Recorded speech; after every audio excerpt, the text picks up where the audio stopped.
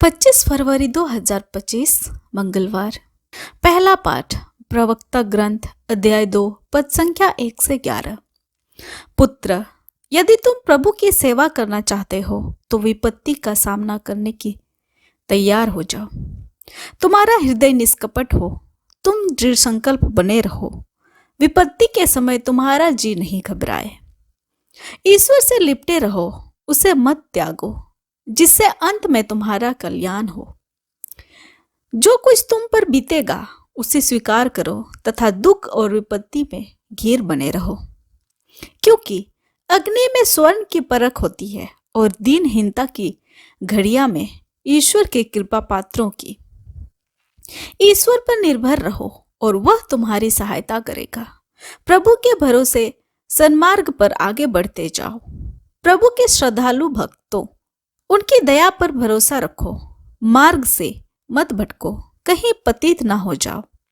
प्रभु के श्रद्धालु भक्तों, उस पर भरोसा रखो और तुम्हें निश्चय ही पुरस्कार मिलेगा। प्रभु के श्रद्धालु भक्तों, उसके उपकारों की चिरस्थायी आनंद और दया की प्रतीक्षा करो।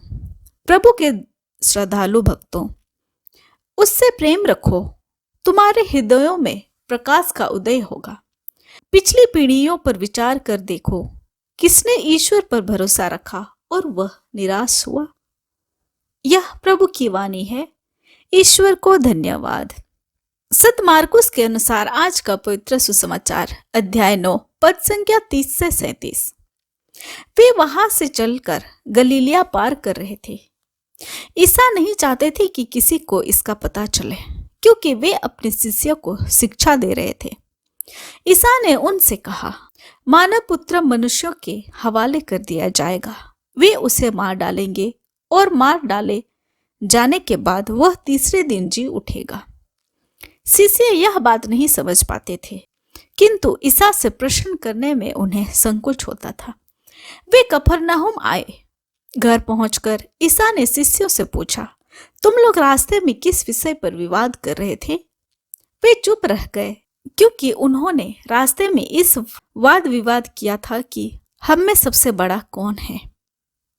ईसा बैठ गए और 12 को बुलाकर उन्होंने उससे कहा, जो पहला होना चाहता है वह सबसे पिछला और सबका सेवक बने।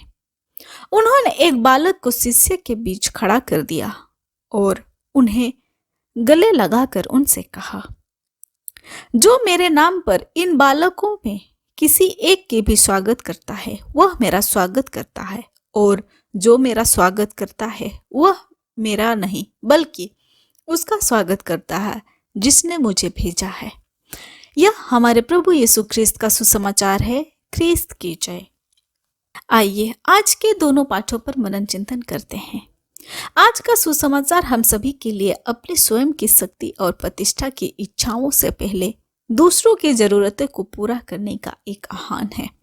सच्ची महानता विनम्रता और दूसरों की सेवा में पाई जाती है। दूसरों को स्वयं को ऊपर रखने के बजाय हम प्रेम और एक दूसरे की सेवा करने का आह्वान है, जिस प्रकार यीशु ने किया। यह उस अंतिम बलिदान की भी याद दिलाता है जो यीशु ने हमसे किया था। तब वह उदाहरण की याद दिलाता है जो उन्होंने हमारे लिए अनुसरण करने के लिए निर्धारित किया था। यह यीशु का अनुसरण करने और हर तरह के उनके समान बनने का आह्वान है। यह एक सेवक रूपी नेता बनने, विनम्र और दयालु होने, निस्वार्थ और बलिदानी होने का आह्वान है। आइए हम सब सेवक रूपी अगुवे बनने का प्रयास करें। दूसरों की जरूरत को अपनी इच्छाओं से पहले रखें और यीशु के उदाहरण का अनुसरण करें। हम विनम्रता और करुणा से भर रहे और हम दूसरों की सेवा करने में सच्ची महानताएं पाएं। आमीन। आप सभी को जय यीशु।